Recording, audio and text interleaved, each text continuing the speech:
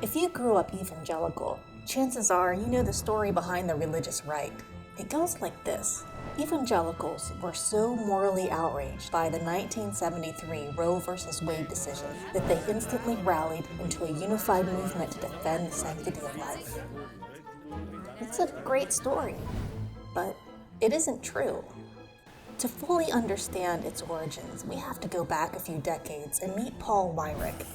Weyrich had a vision for America, a vision where evangelicals politically united into a powerful coalition. Only he had one small problem.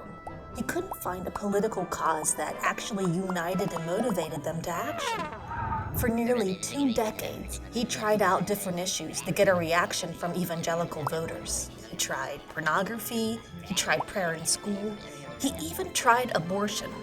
Nothing. Evangelicals were indifferent. Abortion, after all, was a Catholic issue. And then, something happened. The IRS began challenging the tax-exempt status of private Christian schools. Schools like Bob Jones University, a conservative Christian college based in Greenville, South Carolina. Why was their tax-exempt status threatened? Because these private Christian schools barred black students from enrolling, something they viewed as their religious right. Segregation, they said, was biblical. But segregation was also unconstitutional and a violation of the Civil Rights Act.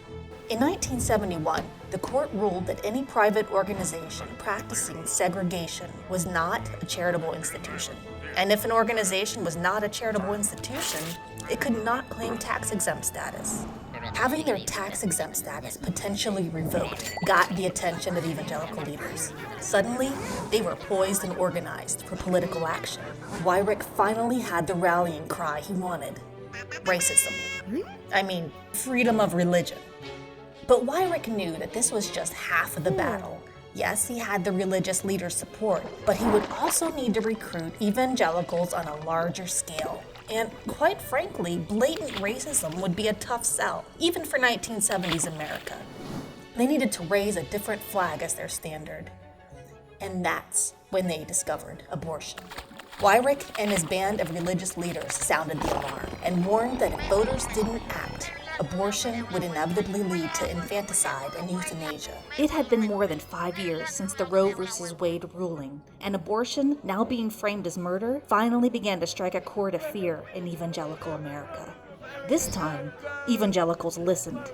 They united and called themselves the New Abolitionists after 19th century evangelicals who fought to eradicate slavery, which, when you consider their religious right's racist origins, is not only laughable, but offensive. Today, the religious rights politics are just as far removed from biblical principles as they were when Weyrich first organized the movement in the late 1970s. And while their new presidential candidate, Donald Trump, lacks what anyone would recognize as Christian faith, he has tapped into their historic racism. Instead of echoing the biblical cries for justice and peace and equality, the religious right circled back to its racist origins.